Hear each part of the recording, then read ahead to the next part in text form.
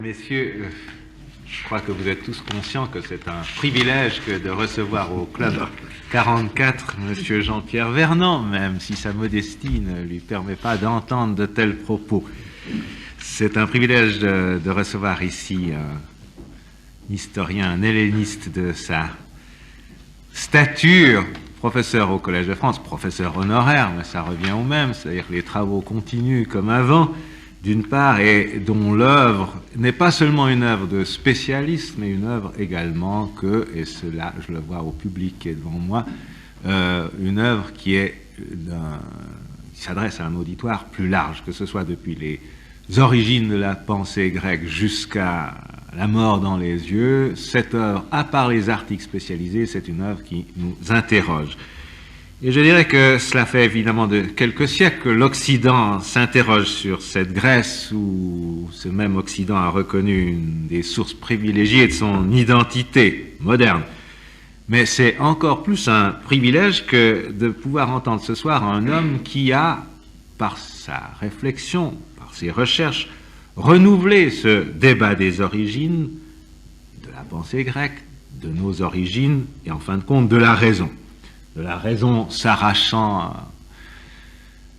aux violences de la nature, aux forces obscures de la nature, pour mettre en forme cette nature, de la violence également des hommes, auxquels les hommes s'arrachent pour créer la cité et l'organisation de la cité, c'est-à-dire nos démocraties contemporaines. Mais la Grèce, c'est plus encore que cela, je pense pour la plupart d'entre nous ici, à part le cœur. Et c'est aussi pourquoi elle continue à rester pour nous un objet de méditation. Soit ceci, c'est que la pensée grecque qui a cherché à mettre un peu d'ordre dans le monde, qui est arrivée, qui a cherché à mettre un peu d'ordre dans l'homme, c'est également une pensée qui n'a pas oublié ses origines, c'est-à-dire son origine dans la nature, ses origines également dans ce chaos où elle s'est fait, où la raison s'est fait une place. Il y a une place pour Dionysos, et cette place pour Dionysos, c'est peut-être aujourd'hui, dans nos sociétés modernes, qui se sont inspirées d'un des aspects de la pensée grecque, une des places qui est la plus négligée. Et peut-être, c'est pour cette raison que certains des problèmes de notre temps, nous les rencontrons dans cette grave négligence. Mais ceci étant, je ne sais pas très exactement comment Monsieur Vernant va développer son exposé. Je me suis posé la question en voyant l'inscription sur le titre de la conférence. À première vue, raison et déraison, j'ai fait la première remarque, mais pourquoi ça n'est pas au singulier? Et on m'a affirmé que ça devait être au pluriel. Est-ce vrai, Monsieur Vernant? Tout à fait. Tout à fait. Donc vous voyez, l'originalité de ce discours, à partir de la non-originalité de mon introduction, c'est que c'est pluriel, je dirais. Et je laisse à M. Vernant le plaisir pour nous l'entendre expliciter ces pluriels et ces passages de la raison à la déraison, de la déraison à la raison. Je pense que c'est plutôt de la déraison à la raison qui est le scénario. Merci à vous, M. Vernant, et la discussion suivra immédiatement votre exposé. Entendu. Merci à vous. Je ne sais pas si...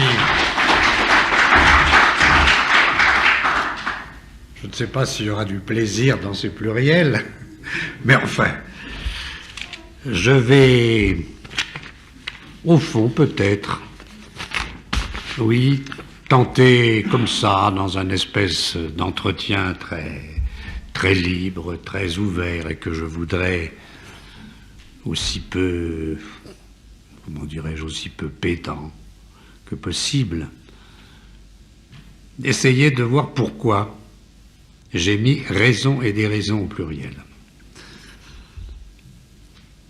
Et alors ceci m'amènerait peut-être à faire un retour sur le passé assez lointain. Ça fait 25 ans, si je calcule bien, oui. Ça fait 25 ans que j'ai publié un petit bouquin qui s'appelle « Les origines de la pensée grecque » et dont l'ambition, un peu démesurée, certes, était d'essayer de présenter une interprétation globale, une explication, générale de la façon dont on était passé, comme on dit, du mythe, de la pensée mythique, à la raison, à la pensée rationnelle. Il y a eu un certain éclairage dont peut-être chacun de nous est encore un peu aujourd'hui tributaire. On a dit, les Grecs ont découvert la raison. Il y a même des historiens de l'Antiquité, des historiens de la philosophie, il n'y a pas si longtemps, qui avaient encore ce point de vue, comme ça, tout d'un coup. La raison se serait incarnée en territoire grec, en Asie mineure, à Milet, au VIe siècle. Voilà, on aurait tout d'un coup découvert la raison. Et les brumes de l'obscurantisme mythique ou religieux se seraient ainsi dissipées sur ce point, et à partir de là, dans cette brèche, eh bien, le chemin était tracé et on n'a plus eu qu'à suivre. Alors, dans ce petit bouquin, j'ai essayé de montrer que non, qu'il n'y avait pas eu, comme ça, une sorte de miracle de l'incarnation de la raison, comme le Verbe se serait incarné dans la personne de Jésus. Et qu'on pouvait tenter, que l'historien pouvait essayer de montrer quel était le contexte général dans lequel quelque chose que nous appelons raison avait surgi. Telle était la thèse que j'ai soutenue. Et si j'essaye de préciser aujourd'hui à la fois les points sur lesquels je crois que je suis d'accord avec ce que je disais, et les points où ça me paraît une analyse insuffisante, eh bien, je vous ferai cette conférence que je vais essayer de vous faire. C'est ça mon sujet. Qu'est-ce que je disais dans ce petit bouquin? Je prenais ces gens qu'on appelle les physiciens d'Ionie, c'est-à-dire cette école ionienne, Thalès, Anaximène, Anaximandre, où on a vu les débuts d'une pensée rationnelle.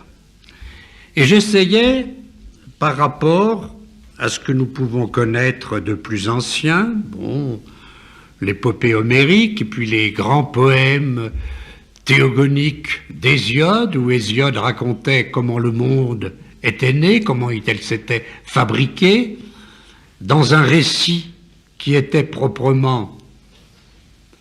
peut-être non pas une tradition mythique très ancienne, qui portait sa marque, c'est une œuvre, l'œuvre d'un poète théologien, mais il expliquait comment l'ordre s'était créé, cet ordre que nous voyons dans la nature, en commençant au début par des entités primordiales. Il y avait Chaos, la béance, il y avait Gaïa, il y avait Eros, il y avait Gaïa qui créait Gaïa la terre, Ouranos le ciel, Pontos, flot marin, qui s'unissait avec Ouranos, qui s'unissait avec Pontos, et de ces unions entre des puissances primordiales naissait une série d'êtres qui allaient à la fois se combattre, s'unir, avoir des filiations, jusqu'au moment où, entre deux générations de puissance divine, la première menée par Cronos, la seconde menée par Zeus, s'engageait une grande bataille pour le pouvoir. Dans cette bataille pour le pouvoir, Zeus, ses frères, ses sœurs, et tous ceux des dieux qui s'étaient ralliés à lui, y compris certaines puissances primordiales, l'emportaient, et à ce moment-là, il y avait une répartition des honneurs, une distribution. Zeus faisait peut-être, ça n'est pas Hésiode, mais c'était déjà chez Homère, on tirait au sort, Poséidon avait la mer, Hadès avait le monde ténébreux et infernal souterrain, Zeus avait le ciel, et tous trois en commun avaient la terre. Mais chez Hésiode, c'est mieux organisé, chaque dieu a sa part d'honneur, son lot, sa moira. Et le monde, l'ordre mondial, se constitue ainsi comme une répartition équilibrée de pouvoir entre des puissances divines, qui sont en même temps, pour la plupart, à partir d'un certain moment, les dieux du culte, les dieux du panthéon grec, auxquels, suivant les cités, les Hellènes rendaient dans des rituels appropriés un culte civique. Il y avait ça. Et puis, à un moment donné, il y a autre chose. Et en quoi, quels sont les caractères qui définissent cette espèce, tout d'un coup, d'apparition d'une forme autre de penser et d'écrire? Ce ne sont plus des poèmes. Les gens, comme Thalès, écrivent, pour ce qu'on en sait, parce que nous n'avons pas de texte de Thalès, mais enfin, nous avons un certain nombre d'éléments, au moins, pour Anaximandre, et pour Anaximène et Anaximandre, nous avons quelques fragments qui sont des fragments en prose, donc un mode d'écriture qui est différent. Quelles étaient les innovations? Il me semblait qu'en gros, il y en avait 4. 4 innovations qu'on pourrait définir de la façon suivante. D'abord, on peut dire, je crois, qu'avec eux, on voit se constituer un domaine de réflexion, un domaine d'enquête sur la nature, sur les apparences, sur ce qu'on voit, les étoiles, l'arc-en-ciel, le tonnerre, d'enquête sur la physis, perifuseus, d'enquête sur la nature, et ce domaine est entièrement extérieur à la religion. C'est-à-dire, il se crée un secteur de pensée qui laisse complètement, qui ignore délibérément ces puissances divines que le culte reconnaissait, qui ne fait pas intervenir dans ces schémas explicatifs les pratiques rituelles qui étaient établies et qui s'éloignent des récits sacrés comme ceux d'Hésiode, dont les poètes avaient fixé dans leur chant la tradition. Donc, domaine dont on peut dire qu'il a un caractère profane et positif. Tout de suite, je vais revenir là-dessus. En second lieu, se définit à travers cette école et à travers les réflexions de cette école, en particulier chez le deuxième de ces physiciens, une idée qui va s'imposer et qui est l'idée d'un ordre cosmique.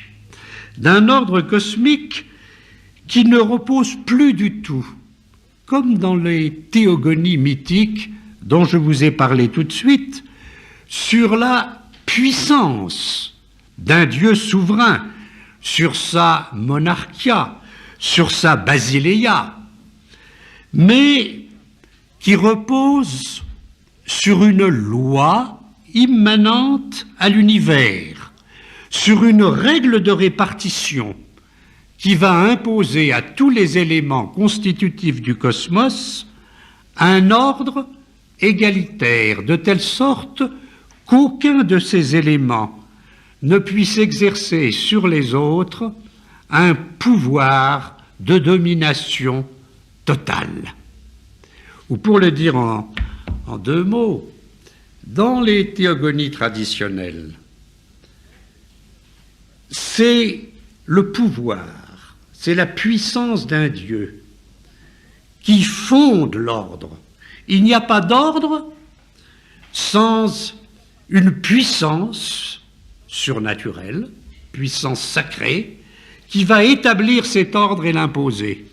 Dans le système de raisonnement de ces philosophes ioniens, au contraire, ce qui est premier, ça n'est pas le prince qui fixe l'ordre, c'est le principe de l'ordre. C'est justement l'ordre qui est premier par rapport au pouvoir. Le pouvoir doit toujours respecter l'ordre, ou si vous le voulez pour dire en 2 mots, Ce qui est le roi de l'univers, le basileus, ça n'est plus un Zeus souverain, comme dans la cité humaine, c'est la loi qui est le roi. C'est la loi, le nomos, une règle égalitaire de répartition. Troisième point, c'est que ces systèmes mettent en jeu une sorte d'effort pour obtenir, pour se représenter l'univers, le voir, le fonder visuellement, une théoria, c'est-à-dire une vision, où l'univers apparaît situé dans l'espace, dans l'étendue. Il y a une géométrisation du cosmos. Et cette géométrisation, elle est très différente de ce qu'on voyait dans la pensée mythique, parce que dans la pensée mythique, l'espace n'est pas vu comme une sorte de plan fait de relations symétriques irréversibles. L'espace a des qualités religieuses. Il y a l'espace du haut, le ciel, qui représente certains pouvoirs et certaines qualités de ces pouvoirs. Il y a l'espace du bas, il y a l'espace marin, il y a le levant, il y a l'occident, il y a la droite qui est faste, il y a la gauche qui est néfaste. C'est-à-dire qu'il y a à la fois des couches, des hiérarchies spatiales depuis le haut jusqu'en bas et des différenciations religieuses de l'espace suivant les orientations. Or, on pourrait montrer, j'ai essayé de le montrer un peu dans ce petit bouquin, qu'il y a à cette époque, au VIe siècle, à la fois un effort pour établir des représentations figurées de la partie habitée de l'univers, des cartes géographiques.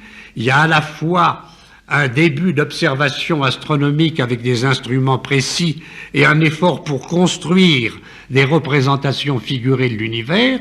Bref, il y a une tendance à géométriser la représentation du monde.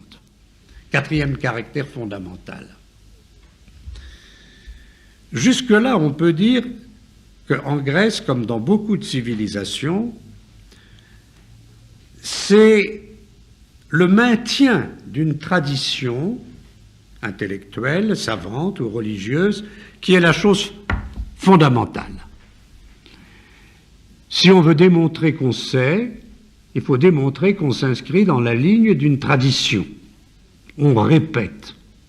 On répète, ça peut être comme en Inde avec les Védas, il ne faut pas changer un iota, il ne faut pas changer un accent, il faut être capable de redire exactement ce qui toujours a été dit. Mais en gros, c'est cela. Or, ce qui est tout à fait étonnant, à partir de cette date en Grèce, c'est que va s'instituer dans la tribu intellectuelle, si je peux dire, alors qu'on ne peut pas parler d'intellectuel à cette époque, c'est beaucoup plus tardif, mais on va voir une série de personnages dont le souci sera non pas de répéter la tradition, mais de se démarquer de ses devanciers. C'est-à-dire qu'on a un Thalès, et puis ceux qui ont été ses élèves vont penser par rapport à lui, mais en se démarquant de lui. Que si on regarde la tradition médicale, on voit que ça va être exactement pareil, qu'il va y avoir un effort d'innovation et d'originalité, et que ce point, bien entendu, est en rapport avec un autre, c'est que ça n'est plus la tradition qui domine, c'est une rivalité entre personnages qui se sont donnés comme mission soit d'écrire sur la nature, soit de présenter une compétence médicale ou philosophique. Ils sont en rivalité, ils discutent, ils ergotent parfois, c'est-à-dire que de la même façon que du point de vue des individus, il y a une recherche de l'originalité, du point de vue du champ dans lequel le savoir s'exprime et se développe, il y a débat contradictoire, justification, attaque contre l'adversaire, argumentation, défie. C'est-à-dire qu'on a une physionomie intellectuelle qui est profondément différente. Alors, je crois que sur ces 4 points, avec des nuances, par exemple, quand je dis que c'est une pensée profane, il faudrait bien entendu préciser que pour les Grecs, le mot profane n'a pas le même sens que pour nous. Pourquoi? Parce que je suis bien convaincu qu'aucun de ces philosophes qui écrivaient sur la nature ou qui ont ensuite écrit sur autre chose n'avait le sentiment qu'ils combattaient la religion de leurs contemporains. Ils ne l'avaient pas parce que, bien entendu, les rapports entre le profane et le sacré ne se présentent pas du tout dans le cas de la religion grecque comme dans le cas de notre société contemporaine. Il n'y a pas dans la religion grecque de dogme, il n'y a pas de livre sacré, c'est-à-dire il n'y a pas de vérité révélée, il n'y a pas d'écrit, ce ne sont pas des religions de l'écriture, il n'y a pas d'écrit où se trouveraient une fois pour toutes fixées les vérités théologiques qui constituent la base nécessaire pour que quelqu'un soit membre de cette religion. Il n'y a pas de credo. La croyance de quelqu'un qui est dans la cité et qui participe au culte a un tout autre caractère que la croyance d'un croyant d'aujourd'hui. Parce que ce qu'on lui demande, c'est pas d'adhérer à un système de vérité déjà constitué, c'est d'avoir une attitude générale à l'égard des dieux, de connaître les récits légendaires qui les concernent et surtout de pratiquer dans toutes les occasions nécessaires les actes rituels avec une attitude d'esprit général qui est conforme à cette religion. Alors, quand vous avez des opinions déviantes, vous n'êtes pas du tout pour cela un hérétique. Il n'y a pas d'hérésie, il ne peut pas y avoir d'hérésie dans ce système religieux. Donc, j'ai dit profane, pourquoi? Parce que si vous prenez ces textes, vous n'y trouvez ni Zeus, ni Héra, ni Apollon, ni aucun des dieux du culte. Mais ça ne veut pas dire que c'est anti-religieux ou qu'il y ait le moindre athéisme dans cette pensée, absolument pas. Parce que si Thalès déclare que c'est l'eau qui est le principe primordial, il dit aussi que dans la nature, tout est plein de Dieu. De Dieu, théoi, c'est-à-dire que tous ces principes, tous ces éléments ont pour lui un caractère divin. Mais ce divin ne recouvre plus exactement, comme c'était le cas chez Hésiode, l'organisation du cosmos qui est plein de Dieu, ne reproduit pas les distinctions entre les domaines différents des divinités qui font partie du culte. Et en ce sens, se crée une ligne de clivage entre la religion proprement dite, le culte, et une activité de réflexion qui est partie sur une autre voie. Et par conséquent, en ce sens, on peut dire qu'il se crée un domaine de pensée extérieur à la religion. Alors comment ça s'est fait? Eh bien, ce que j'ai essayé de montrer dans ce petit bouquin, c'est que ce changement intellectuel, à partir duquel on voit apparaître, on voit se dessiner certains traits de la pensée, certaines techniques de pensée qui sont nouvelles par rapport à ce qui nous est attesté antérieurement dans des textes poétiques.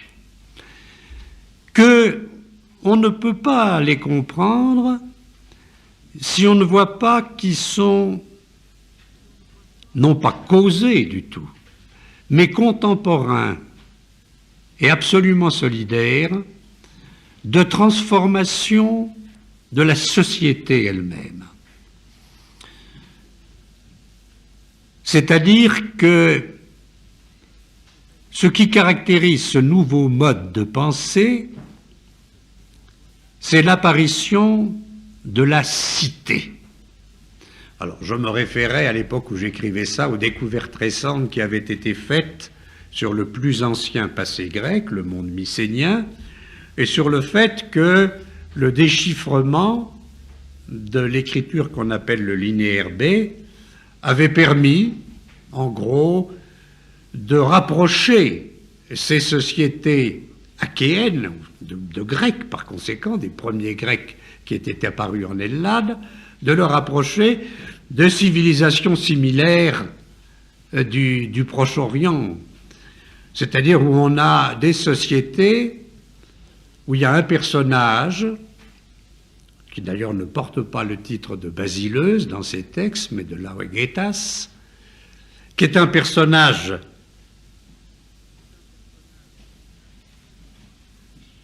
qui a une place prééminente, si vous voulez, beaucoup plus que le roi homérique, et surtout que ces sociétés paraissent entièrement contrôlées par un système de scribes, de bureaucratie, de sorte que l'ensemble de l'édifice social, de la vie économique, de la vie religieuse, de la fabrication des outils, de la préparation à la guerre, tout cela est en quelque sorte réglementé par une classe de scribes, ou une classe, c'est beaucoup dire, par des catégories de scribes qui sont au service du palais.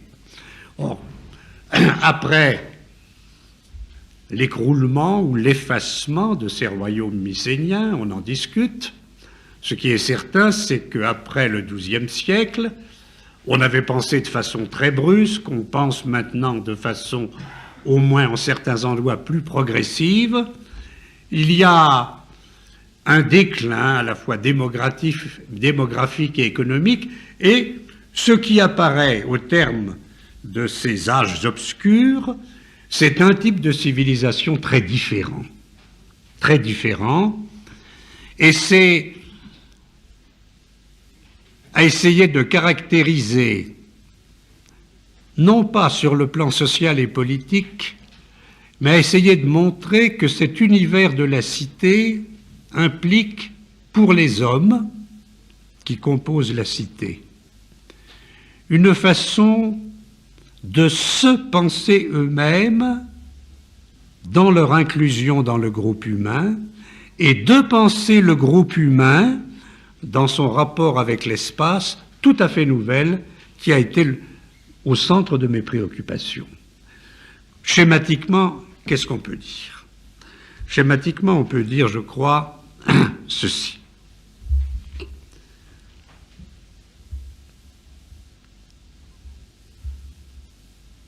D'abord, en gros, il y a un nouveau type d'écriture qui apparaît. Non plus une écriture de type syllabique, comme celle qui constituait le linéaire B, c'est-à-dire qui impliquait des spécialistes de l'écriture, des gens qui apprenaient à faire ça et qui constituaient un groupe qui se transmettait leur savoir et qui par conséquent était en dehors de la communauté humaine. Mais comme vous le savez, une écriture de type alphabétique, empruntée aux Phéniciens et modifiée, et dont on s'aperçoit, là encore on discute beaucoup de savoir quels sont les champs de la vie sociale qui ont été complètement envahis par l'écriture et à quelle date, mais en gros, on peut dire qu'au 8e siècle, cette écriture existe déjà, qu'elle va se développer, et qu'en tout cas, au 6e siècle, c'est-à-dire au siècle de nos physiciens, de cette nouvelle rationalité, il y a un phénomène très important qui apparaît et qui est l'effort de rédaction des lois. C'est-à-dire on ne se contente plus d'avoir des règles de justice ou de pouvoir qui sont entre les mains de personnages qualifiés. Il faut que les lois soient écrites, comme fera Solon par exemple, que non seulement elles soient écrites, mais que ces lois qui sont valables pour tous, les bons et les méchants, Solon dira qu'il a fait une justice, qu'il a écrit des lois égales pour tous, et ces lois sont exposées en certains lieux publics sous forme, ce sont Ce sont des espèces d'engins qui peuvent pivoter et où les lois sont écrites et où en principe chacun peut les lire, dans la mesure où chacun sait lire. En tout cas, importance de la rédaction des lois, c'est-à-dire que l'écriture a cessé d'être le privilège d'une classe de scribes au service d'un roi qui contrôle l'ensemble de la vie sociale. L'écriture est devenue un moyen de divulgation de ce qui est pour le groupe humain son bien commun, son ciment. Et en même temps que ces lois sont écrites, en même temps intervient une notion sur laquelle j'ai beaucoup insisté, tout en ne donnant pas à ce moment-là tous les exemples que j'aurais dû, parce qu'il y en avait d'autres que je n'ai pas cités, dont je vous fais grâce. C'est l'idée. Une idée, si on y réfléchit, folle.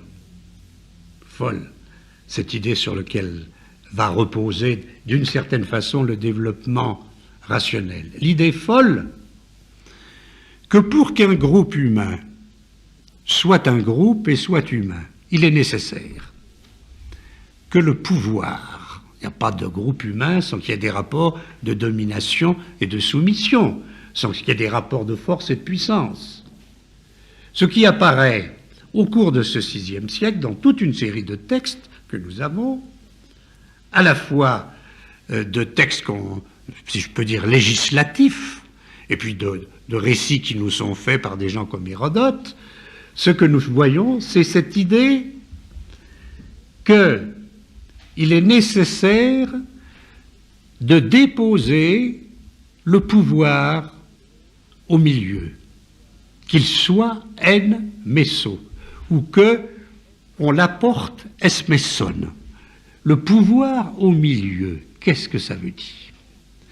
Ça veut dire qu'aux yeux des Grecs, il n'y a de société humaine que si le pouvoir est soumis à la loi, que si ce qui est le fondement de la cité, ça n'est pas la domination d'un prince qui régente et qui édicte un ordre de répartition, mais c'est en l'absence de tout prince, et une fois prises les mesures propres à empêcher que quiconque ne puisse s'ériger en prince, ou comme on le dira à cette époque, en tyrannos, en tyran, par l'appropriation du pouvoir, de mettre le pouvoir dans l'espace social en un lieu tel qu'il soit à égale distance de tous les individus qui composent la communauté, de tous les individus qui déposent la cité, qui constituent la cité. Le pouvoir réside au milieu, et parce qu'il est au milieu, il n'appartient à personne. Et ensuite, ça prendra en effet une formule qui sera répétée très souvent, c'est que la seule chose dans la cité qui soit roi et qui est la monarchie, c'est la loi. Cette loi qui se définit par le fait qu'elle est commune à tous. Alors, pourquoi je dis que c'est dingue que des gens, à un moment donné, se soient mis ça dans la tête? C'est dingue parce que ce qui est naturel, c'est de savoir qu'il y en a un qui est plus fort que moi, un autre qui est moins fort, et que par conséquent, les relations humaines sont constituées par ces rapports de préséance et de pouvoir.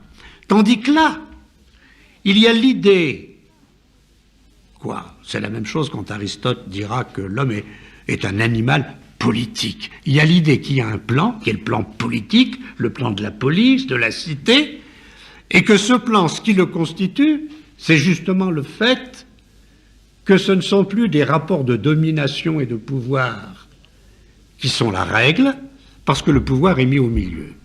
Alors, je prenais des textes, en particulier d'Anaximandre, et j'essayais de montrer que, très largement, la conception qu'Anaximandre fait, par exemple, aussi une véritable révolution intellectuelle du point de vue de la raison. Bien entendu, les Grecs se sont toujours demandé pourquoi la Terre ne tombait pas.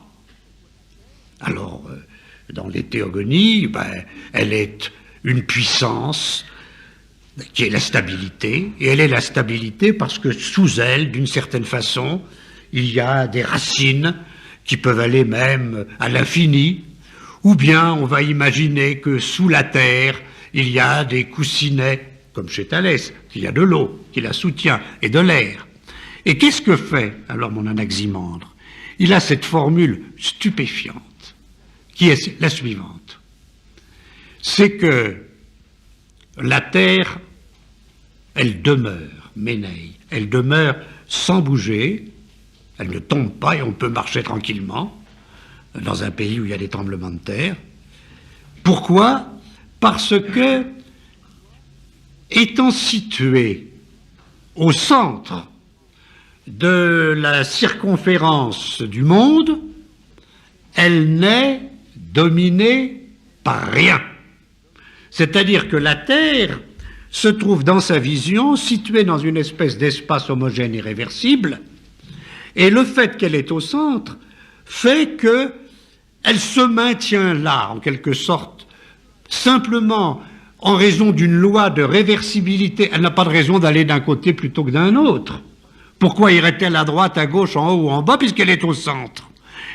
Et elle est par conséquent déposée, et comme le pouvoir qui doit appartenir à personne, elle n'a besoin d'être entre les mains d'aucun principe qui serait plus fort qu'elle.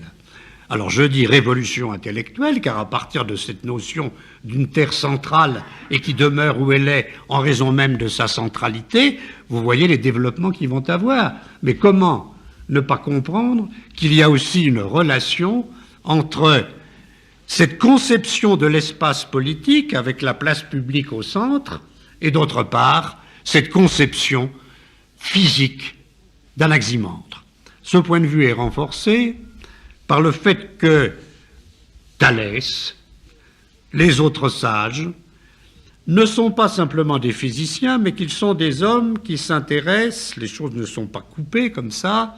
Thalès, en même temps, est un homme d'État, il peut écrire des constitutions, il peut présenter des plans dans des situations critiques pour sauver la situation.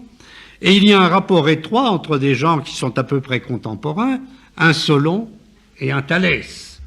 Simplement, cette espèce de recherche pour définir une pensée qui serait proprement humaine, pour dessiner les contours d'un ordre humain que l'homme assume, qui n'est pas du tout en contradiction avec le divin, je l'ai dit, mais que l'homme assume. C'est ce que beaucoup de sages, avec un grand S, les sages de la Grèce, les 7 sages, dont la liste varie, ce que beaucoup de sages ont essayé de faire, non seulement pour le cosmos physique, mais pour la cité. Solon, exactement, prend les mêmes positions. Il essaye, dans une situation où à Athènes, il y a les bons et les mauvais, les riches et les pauvres, où les riches ne veulent rien donner, les pauvres veulent tout prendre. Il essaye, lui aussi, d'établir quelque chose de tout à fait extraordinaire, de penser humainement le politique, c'est-à-dire de proposer un système de constitution qui ne sera pas la tyrannie, on la lui offre, il la refuse, il n'en veut pas. C'est l'idée que l'ordre de la société, ce sont les hommes qui peuvent essayer de l'établir.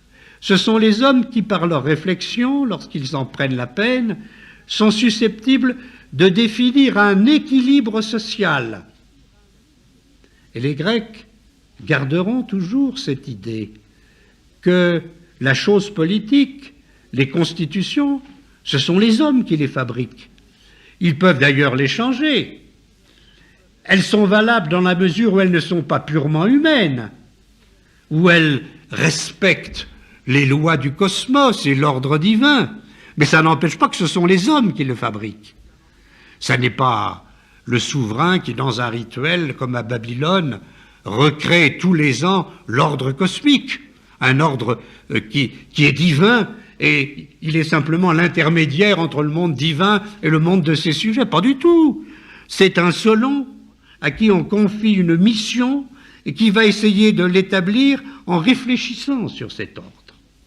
Voilà donc, si vous voulez, tout un pan de pensée où je crois qu'on peut dire que les Grecs ont inventé un type de rationalité qui auparavant ne s'était pas manifesté, ne pouvait pas se manifester autrement que dans le contexte qui est celui de la cité. Sur ce point, avec des nuances, je garderai encore à peu près ma position. Mais, alors venons-en un peu au pluriel, bien que le temps ait déjà été fortement écorniflé.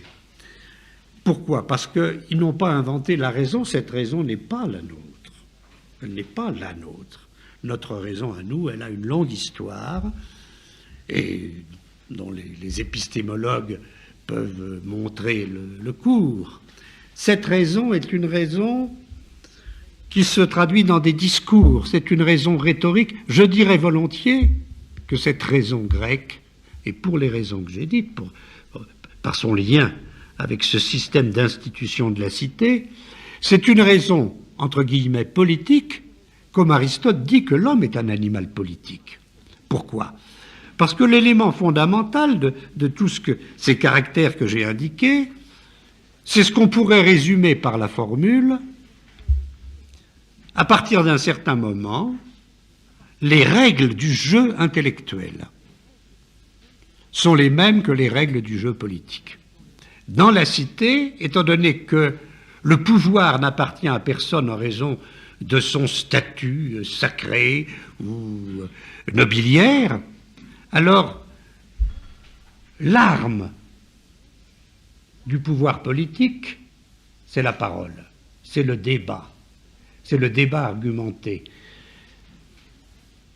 Le pouvoir, ça consiste pour des gens à bien parler, et en parlant bien, à bien prévoir ce qui va se passer, à calculer le rapport de force, les situations, avoir ce flair qui est celui d'un Thémistocle, et cette façon de parler qui sera celle d'un Thémistocle ou d'un Périclès.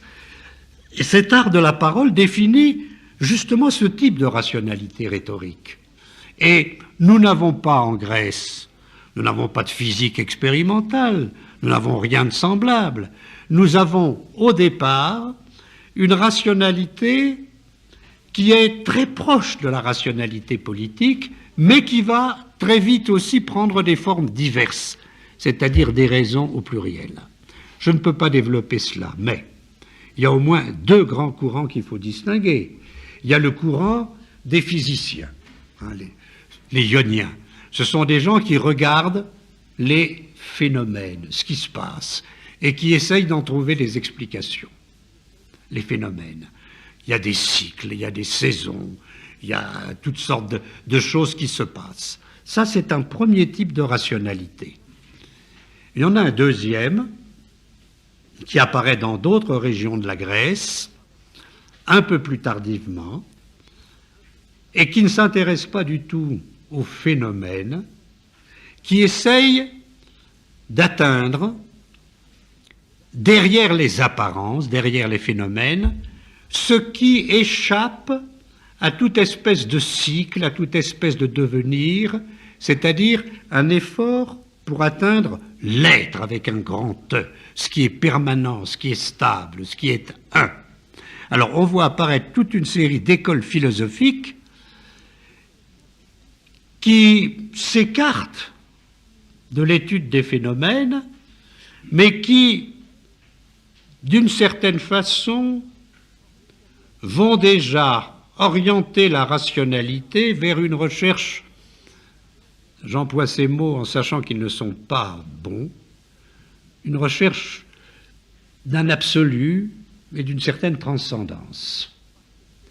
Et parce que ce qu'ils veulent atteindre derrière les apparences, c'est l'être, la permanence, la plénitude de l'un, ils vont être conduits à travers des avatars que je n'examine pas ici, à considérer que ce qui est important, ce n'est pas d'écrire les phénomènes, c'est de faire un discours tel que ce discours soit d'un bout à l'autre d'une parfaite cohérence, qu'il n'y ait aucune contradiction, qu'il n'y ait aucune fissure entre une proposition et l'autre.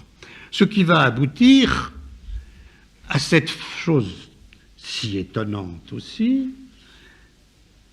la définition de mathématiques grecques du type euclidien, mais ça commence déjà avant Euclide, même si Euclide lui donne sa forme achevée, où on part de principes, de définitions et de postulats qu'on pose comme ça, et où ce qu'on recherche, ça n'est pas à décrire les choses telles qu'elles se passent, c'est à définir des objets de pensée idéaux.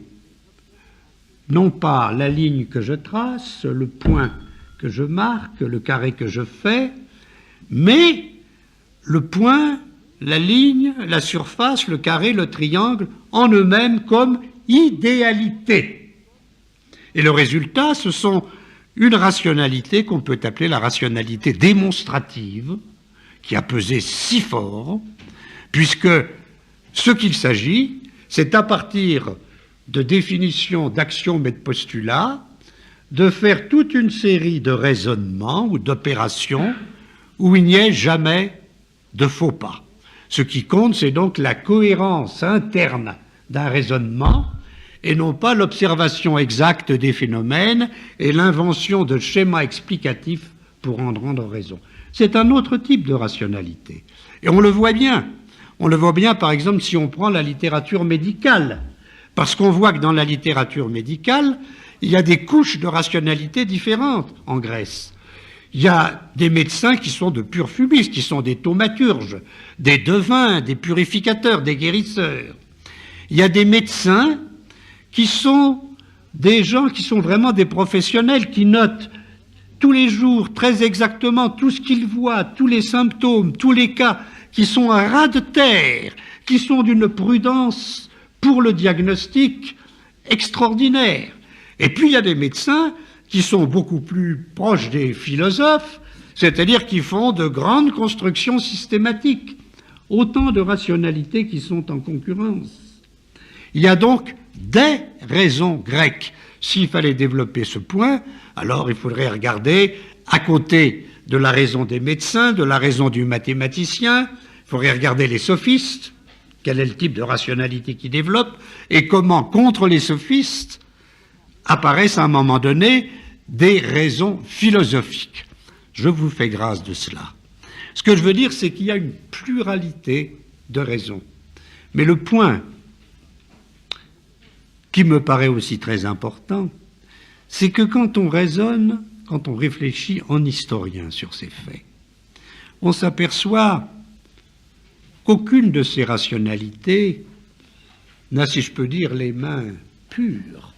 Toutes ces rationalités se sont frayées leur chemin dans un domaine défini du réel, et ça n'est pas le même domaine suivant les types de rationalité, en s'appuyant, en s'adossant sur ce qui, à nous, apparaît comme de l'irrationalité. Je disais tout à l'heure que quand les philosophes ioniens commencent à essayer de penser rationnellement, entre guillemets, ce qui met Thalès en mouvement, c'est l'idée que le monde est plein de Dieu, ce qui n'est pas une idée, de notre point de vue, pleinement rationnelle, cette espèce de polythéisme complet. Lorsque je déclare qu'Anaximandre a fait une véritable brèche sur le plan intellectuel avec son idée de la Terre qui est au centre et avec son idée qui est aussi politique, qu'aucun principe constitutif de l'univers, ni l'eau, ni la terre, ni l'éther, rien, il n'y a pas de principe qui aurait la domination.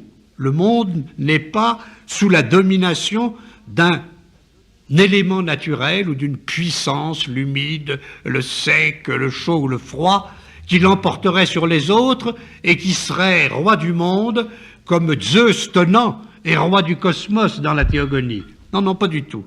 Il dit le principe, c'est l'apeiron. L'apeiron, c'est-à-dire l'illimité.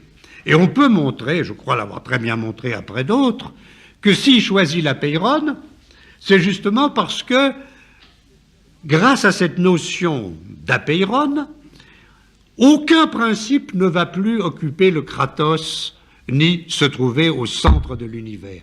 L'apeiron, en donnant la maîtrise à l'apeiron, en en faisant le principe, on fait sur le plan mental par rapport à la conception du monde une révolution analogue à ce que font l'ensemble de législateurs qui, entre 575 et 510, ont dit « je dépose le pouvoir au centre et j'abandonne toute espèce de volonté de posséder le pouvoir ». C'est exactement du même ordre.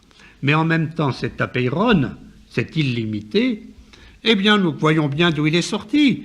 C'est la vieille idée hésiodique du chaos qui ressurgit là.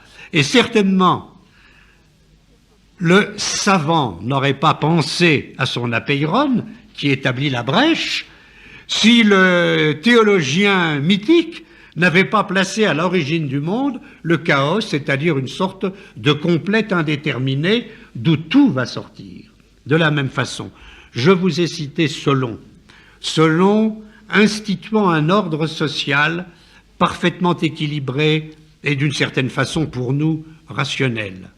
Bon, et d'une certaine façon, sous la forme non pas d'un écrit mais d'une rétra orale, Lycurgue fait à Sparte, avant même Solon sans doute, au début du VIe siècle, encore qu'il s'agisse d'un personnage légendaire, mais enfin, on peut dire que sa rétra et tout ce qui s'ensuit se mettent en place à ce moment-là.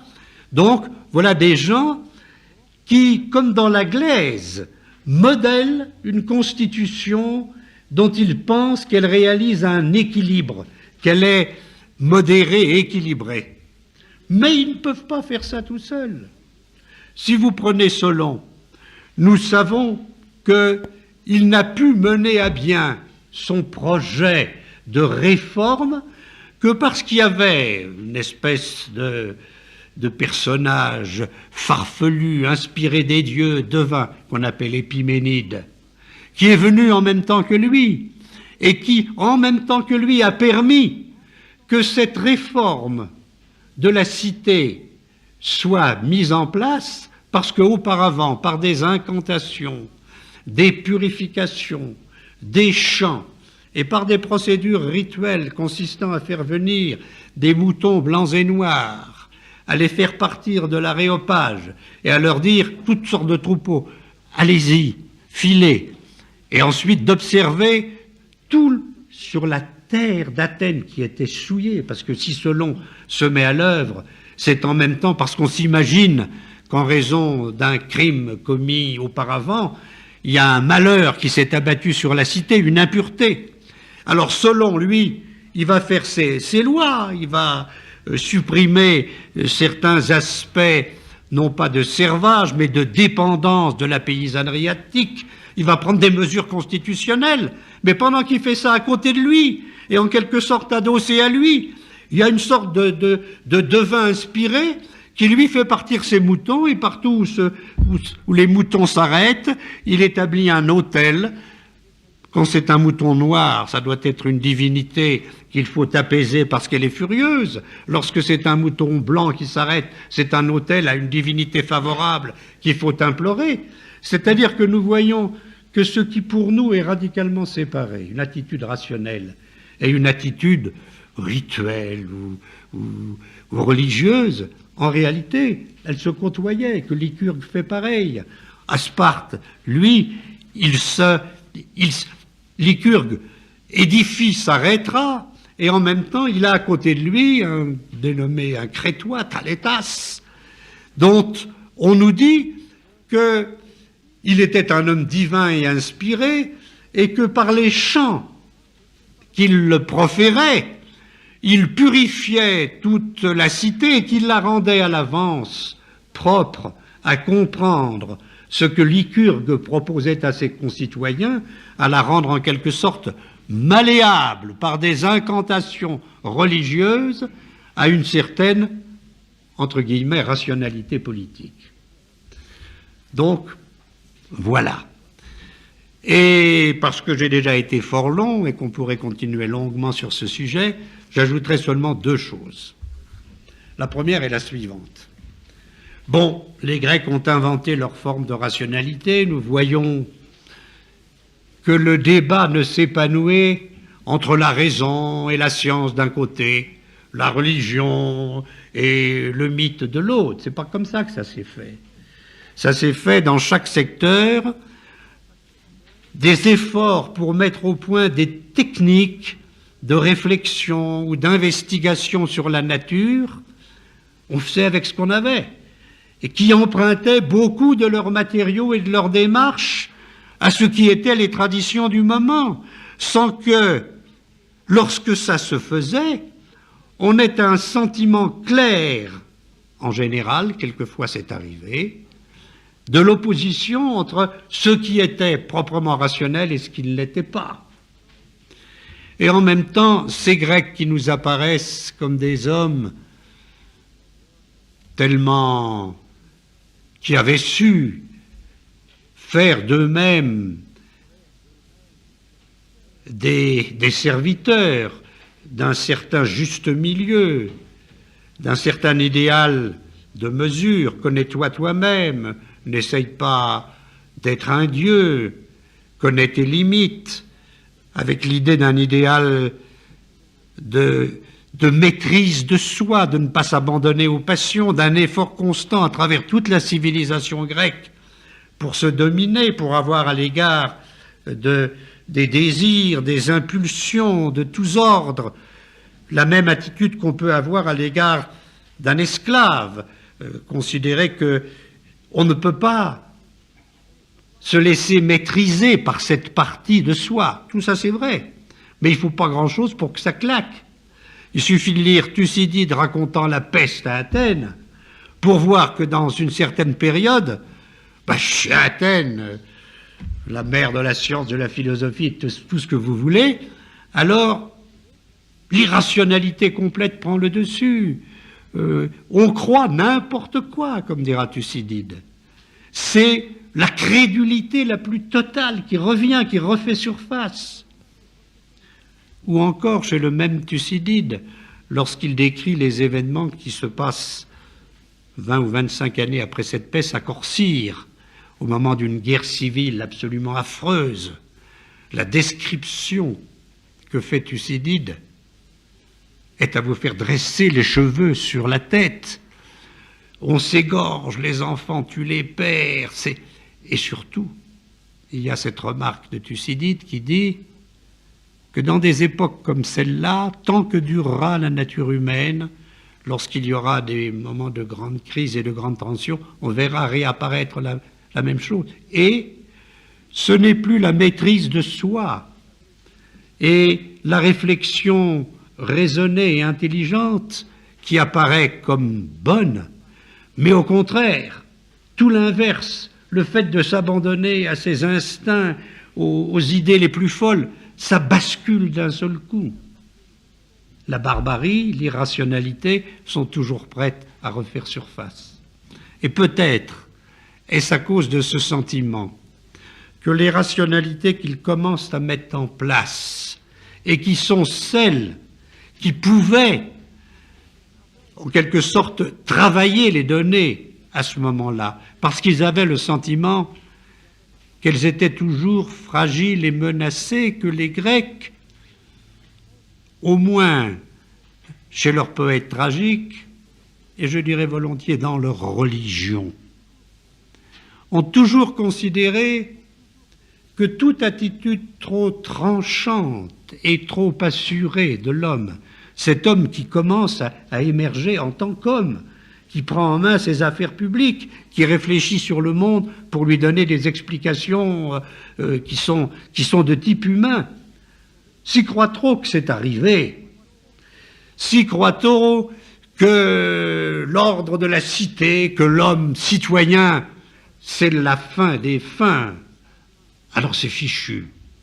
Et c'est pour ça que dans leur religion, ils font une place à des divinités et à des cultes qui, d'une certaine façon, représentent le contre-pied de cet idéal-là. à la place d'un idéal de maîtrise de soi, l'idéal de la folie dionysiaque. Non plus la modération et la juste raison, mais la transe pour les femmes, la transe collective dans les montagnes, l'excitation, les cultes orgiastiques pour les hommes, non seulement la mesure et la décence, mais dans le cortège de Dionysios, dans ce qu'on appelle le komos, la beuverie, la rigolade, la joie avec les copains, le déguisement, la mascarade, et de prendre des costumes, de se déguiser avec des costumes un peu féminins, dire des obscénités, faire des blagues. Le théâtre qu'on installe en plein cœur d'Athènes, ce théâtre où justement toute la cité est convoquée pour voir se dérouler sous ses yeux, comme si c'était la vérité réelle, quelque chose qui est une pure illusion. Donner à voir l'illusion, l'imaginaire, comme si c'était du réel. C'est une façon de dire, attention, il faut faire une place aussi dans notre univers à ce qui paraît le contredire, ou peut-être le dépasser. Je ne fais pas du tout ici l'éloge de la folie. Je constate simplement que les Grecs ont perçu le danger de croire que la supériorité qu'ils avaient, dont ils étaient intimement convaincus, sur les barbares, sur les autres, sur les gens qui n'étaient pas capables comme eux d'être ce qu'ils appelaient des hommes libres, qui n'étaient pas capables comme eux d'avoir cette philosophie, cette éthique, cette mathématique. Tout ça, c'est très bien. Mais s'imaginer que d'être ainsi toujours les mêmes avec les mêmes, tranquilles, enfermés dans les murs de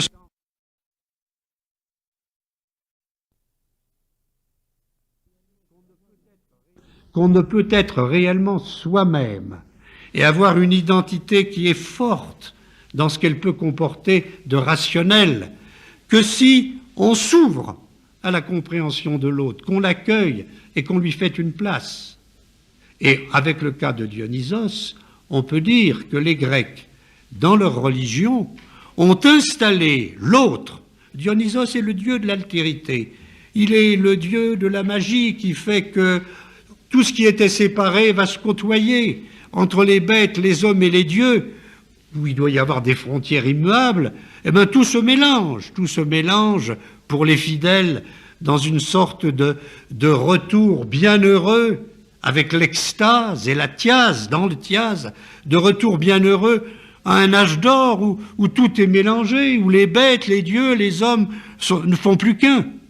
Ou au contraire, pour ceux qui refusent Dionysos, alors une chute dans une espèce de bestialité, de chaos, de désordre, où plus rien n'a de sens, et où les mères voient leurs enfants et les égorgent comme si c'était des animaux.